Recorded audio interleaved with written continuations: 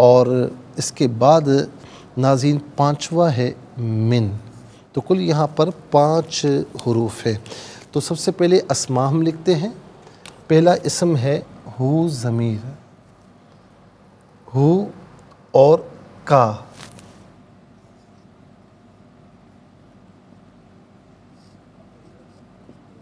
اور دوسرا اسم ہے موسیٰ.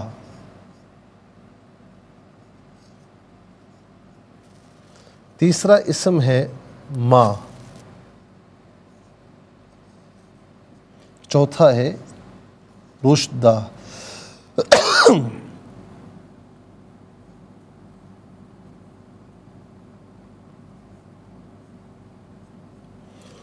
جی ناظرین، یہ 4 اسماء ہو گئے.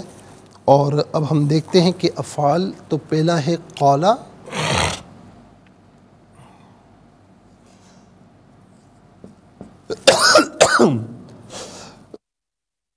اتبعو،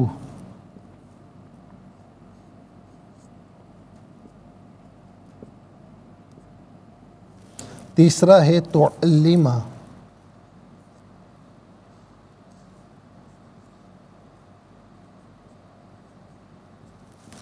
اور چوتھا ہے علمتا.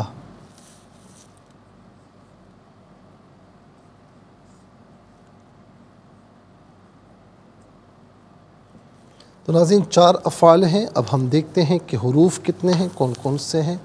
تو پہلا حرف ہے لی، دوسرا حل، تیسرا علا، چوتھا ان، اور پانچواں من. ناظرین و سامعین، یہ آپ دیکھ سکتے ہیں کہ ہم نے یہ یہاں پر اسماء، افعال اور حروف تینوں کے تینوں یہاں پر لکھ دیے ہیں. تو اب چلتے ہیں ناظرین اسماء کی جانب. لیکن اس سے پہلے ہمیں جانا ہوگا بریک کی جانب. کہیں جائے گا مت، ملاقات ہوگی مختصر سے بریک کے بعد. ویلکم بیک ناظرین و سامعین، چلتے ہیں آج کے پروگرام کی جانب. اور یہاں پر آپ ملاحظہ فرمائیں ناظرین، سب سے پہلے اسماء. تو ہو واحد مذکر غائب کی ضمیر ہے. واحد مذکر غائب کی ضمیر متصل ہو تو ہو کی شکل میں ہوتی ہے، اور بعض اوقات ہی کی شکل میں ہوتی ہے، اور منفصل ہو تو ہوا کی شکل میں ہوتی ہے. تو ناظرین ہوا، ہو یا ہی، اس کا معنی ہوگا وہ، اس. ٹھیک ہے. اس کے بعد کا، واحد مذکر حاضر کی ضمیر ہے. واحد مذکر حاضر کی ضمیر متصل ہو تو کا کی شکل میں، منفصل ہو تو انتا کی شکل میں ہوتی ہے. کا یا انتا، اس کا معنی ہوگا تو، آپ، تجھے، اپنے. موسیٰ، یہ موسیٰ علیہ السلام کا نام ہے. اور ناظرین موسیٰ کا اصل نام یوں سمجھ لیں کہ اس کا معنی ہوتا ہے پانی سے نکالا ہوا.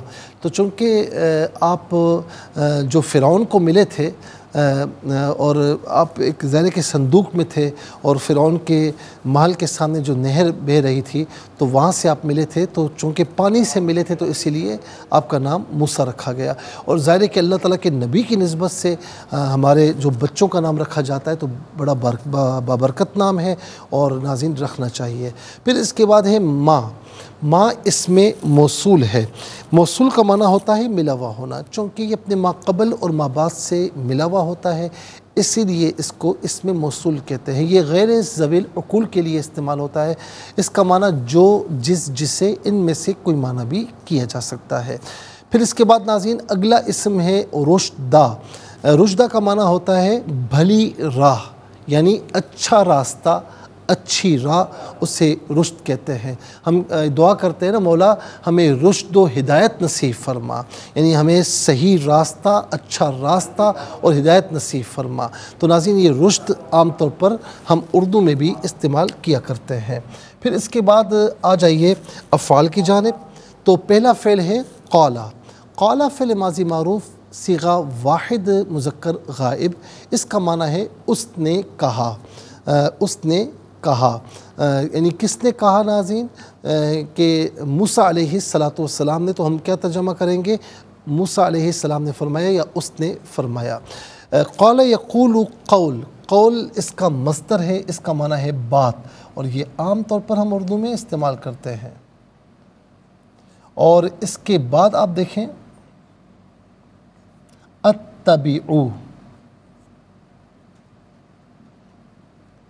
اتبعو، اتبعو فعل مضارع معروف صیغہ واحد متکلم، اس کا معنی ہے کہ میں پیروی کرتا ہوں یا میں پیروی کروں گا، اور یہاں پر چونکہ حل آ رہا ہے تو ناظرین اس کا معنی کیا ہوگا؟ اتبعو میں پیروی کروں، حل اتبعو کیا میں پیروی کروں، تو اتبع یتبعو، اتبعو یہ واحد متکلم کا صیغہ ہے، فعل مضارع ہے، اتبع یتبعو اتباع، اتباع جو ہے اس کا مصدر ہے جو کہ عام طور پر ہم اردو میں استعمال کرتے ہیں، ہم کہتے ہیں نا مولا ہمیں نبی علیہ السلام کی اتباع نصیب فرما، یعنی ان کے نقش قدم پر چلنے کی توفیق نصیب فرما یا ان کی پیروی کی توفیق نصیب فرما۔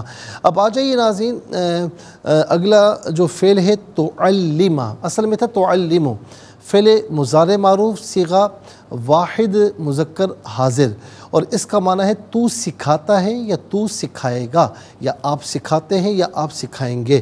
اب یہاں پر آ رہا ہے ان، فعل مضارع سے پہلے آ گیا ان، تو ان نے یہ کیا کہ ان جب فعل مضارع پر داخل ہوتا ہے تو آخر کو نصب دیتا ہے، یعنی زبر یا فتح کہہ لیجئے یا نصب کہہ لیجئے، تو میم پر آپ دیکھیں زبر آ گیا، فتح آ گیا، نصب آ گیا، تو ان تعلمہ ہوا۔ دوسرا یہ کہ ان فعل مضارع کو بمعنی مصدر کے کر دیتا ہے، تو ان تعلمہ کا معنی کیا ہوگا؟ یہ کہ آپ سکھائیں، یہ کہ آپ سکھائیں یا یہ کہ تو سکھائے، ان میں سے کوئی معنی بھی کر سکتے ہیں۔ علمہ یعلم تعلیم، تعلیم اس کا مصدر ہے جو کہ عام طور پر ہم اردو میں استعمال کرتے ہیں، اس کا معنی کیا ہے؟ سکھانا۔ اس کے بعد علمتا، علمتا فعل ماضی مجہول صیغہ جو ہے وہ واحد مذکر حاضر، اس کا معنی ہے تجھے سکھایا گیا، تجھے سکھایا گیا یا آپ کو سکھایا گیا۔ علمتا اگر اس کو معروف کر دیں تو نے سکھایا، علمتا تجھے سکھایا گیا۔ معروف وہ فعل کہ جس میں فاعل معلوم ہو، اور مجہول وہ فعل کہ جس میں فاعل معلوم نہ ہو۔ تو علمہ یعلم تعلیم، اس کا اگر معروف دیکھیں تو ناظرین اس کی بھی جو ہے وہ مصدر جو آتا ہے وہ تعلیم آتا ہے۔ یہ علمہ یعلم باب ایک ہی باب تفعیل ہے، لیکن تعلمہ فعل مضارع ہے اور علمتا فعل ماضی مجہول ہے۔ اب آ جائیے ناظرین حروف کی جانب، لی علت کے لیے واسطے کے لیے آتا ہے، اس کا معنی کے لیے واسطے۔ پھر اس کے بعد حل، حل حرف استفہام ہے، اس کا معنی ہے کیا۔ علا استعلا بلندی کے لیے آتا ہے، اس کا معنی ہوتا ہے پر یا اوپر، ان میں سے قرینے کے اعتبار سے کوئی بھی معنی کیا جا سکتا ہے۔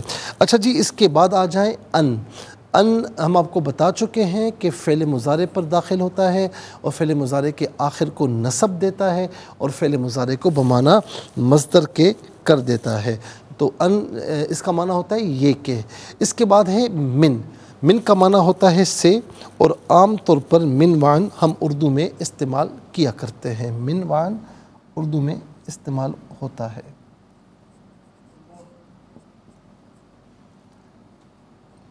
اچھا اب آپ دیکھ سکتے ہیں کہ 4 اسماء، 4 افعال اور 5 حروف، کل ملا کر جو کلمات کی تعداد ہے وہ ہے 13۔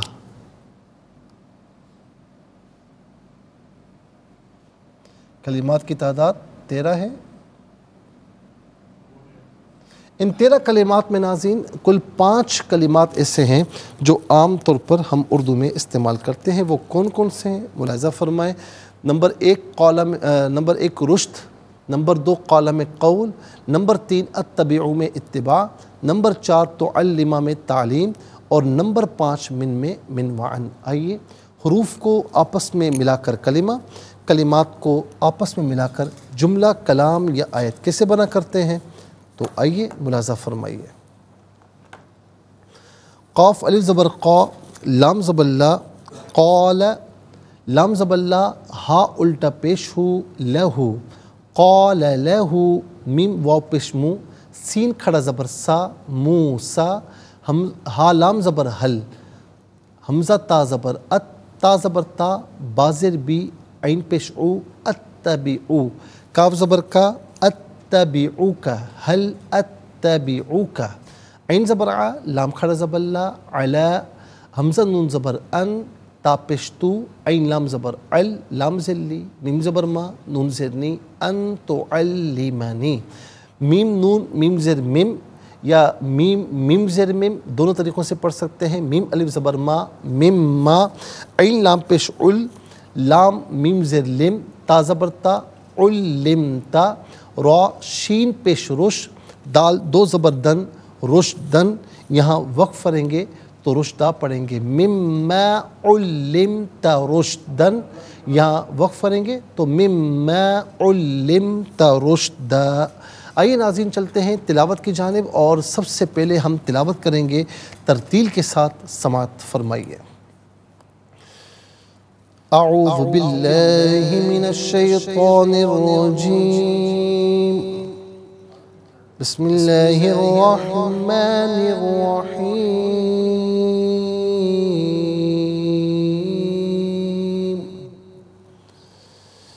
قال له موسى هل أتبعك على أن تعلمني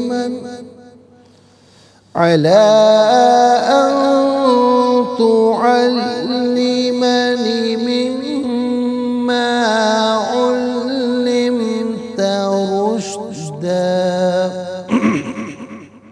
اب ہم پڑھیں گے ناظرین حدر کے ساتھ، جیسے نماز تراویح میں آپ سنتے ہیں یا پڑھتے ہیں.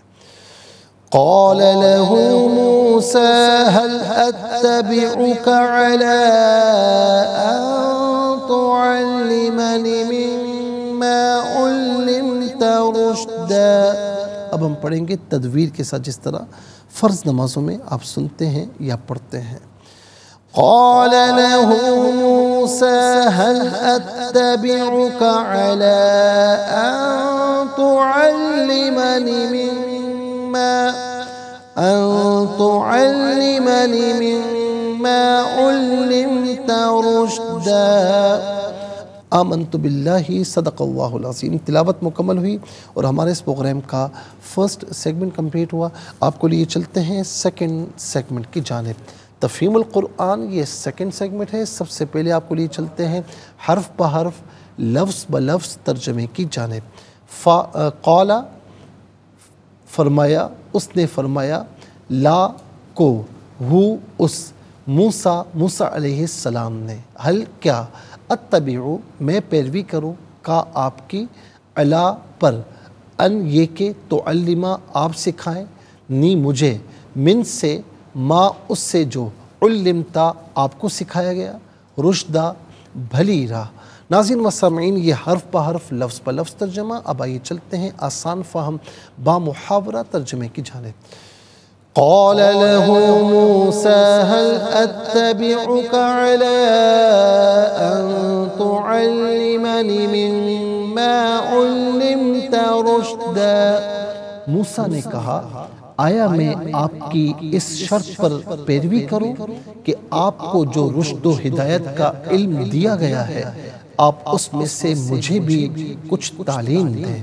ناظرین و سامعین یہ آسان فہم با محاورہ ترجمہ. انشاءاللہ ہم مزید پروگرام کو آگے بڑھائیں گے. ہمیں جانا ہوگا بریک کی جانب، کہیں جائے گا مت. ملاقات ہوگی مختصر سے بریک کے بعد. ویلکم بیک ناظرین و سامعین، چلتے ہیں آج کے پروگرام کی جانب.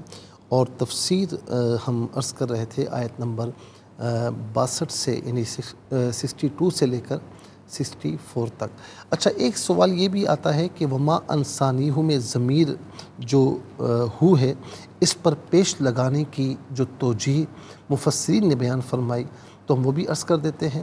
عربی زبان کا اصول یہ ہے کہ ضمیر ہو سے پہلے اگر زیر یا آ جائے تو اس ضمیر کے نیچے ہمیشہ زیر پڑی جاتی ہے، مثلاً بیہی، الیہی، اور یہی اسلوب پورے قرآن مجید میں رہا.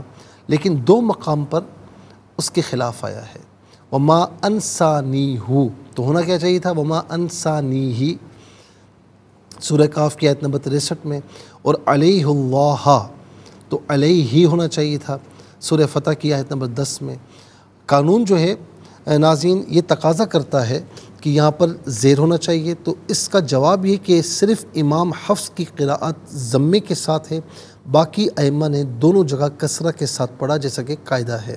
اور دوسرا جواب اس مقام پر علامہ سعید کاظمی رحمۃ اللہ تعالی علیہ نے یہ دیا کہ وما انسانیہ کا ذکر قرآن مجید کے اس واقعے میں ہے جو خلاف قانون اور خلاف عادت ہے، تو یہاں پر بھی ضمیر میں ہی کے بجائے خلاف عادت اور خلاف قاعدہ ہو کو ذکر کیا، گویا اس سے واقعے کے عجیب ہونے کی طرف اشارہ کیا گیا ہے۔ واقعہ اس طرح ہے کہ موسیٰ علیہ السلام اور یوشع بن نون کے ساتھ جو ہے وہ پتھر کی چٹان پر پہنچے جہاں چشمہ حیات تھا، تو ان کی زنبیل میں بھنی ہوئی مچھلی زندہ ہو کر دریا میں گری، پھر اس نے وہاں سرنگ بناتے ہوئے راستہ بنا لیا، دریا کا بہاؤ اس پر رک گیا۔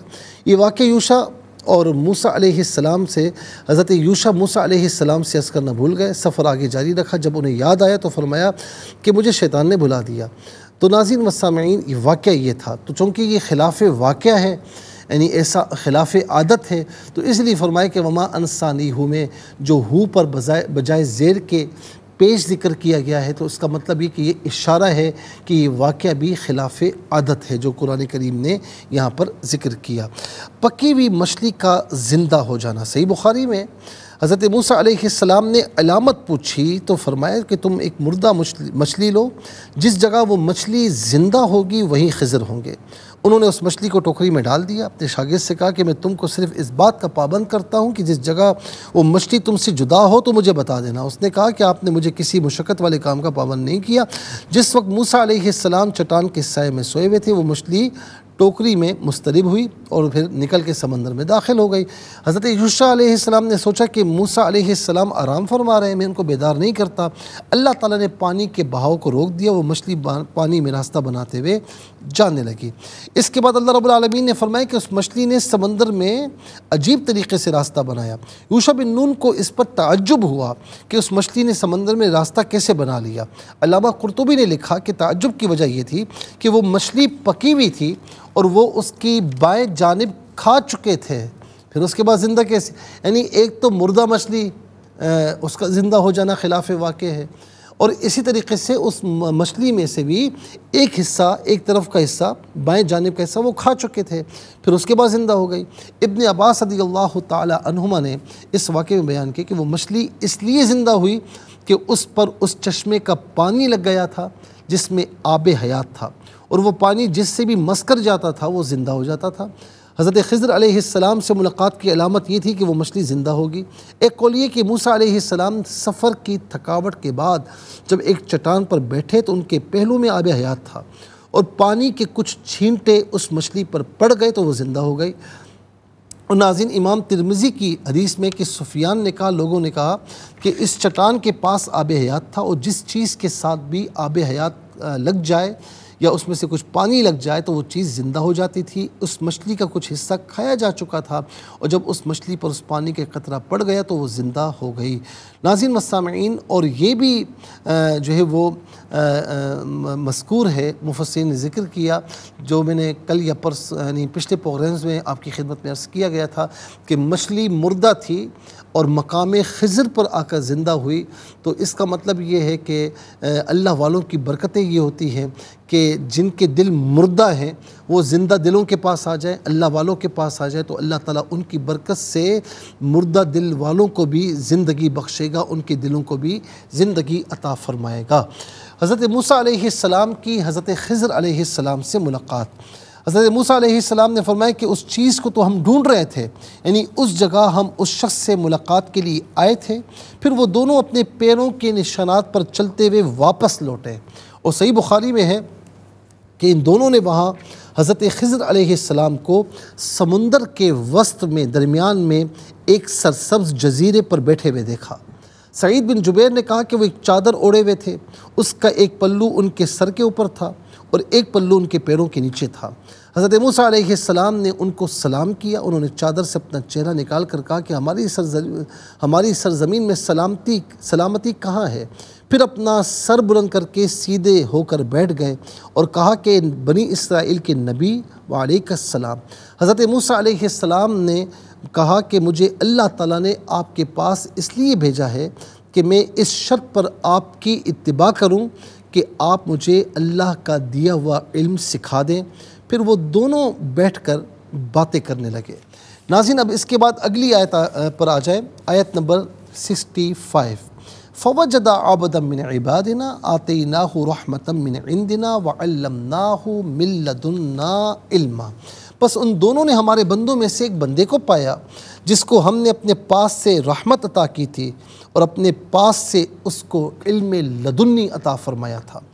حضرت خضر کہنے کی وجہ جمہور کے قول کے مطابق اس بندے سے مراد حضرت خضر علیہ السلام ہے، اور احادیث صحیحہ کا بھی یہی تقاضا ہے، جیسا کہ ہم پہلے صحیح بخاری کے حوالے سے آپ کی خدمت میں عرض بھی کر چکے ہیں۔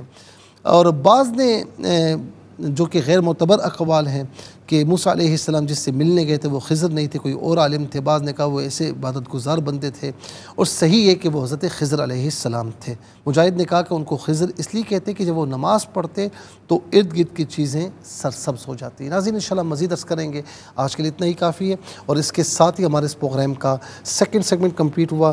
آپ کو لیے چلتے ہیں تھرڈ اور لاسٹ سیگمنٹ کی جانب۔ قرآن سب کے لیے یہ سیگمنٹ آپ کا سیگمنٹ ہے دنیا بھر سے۔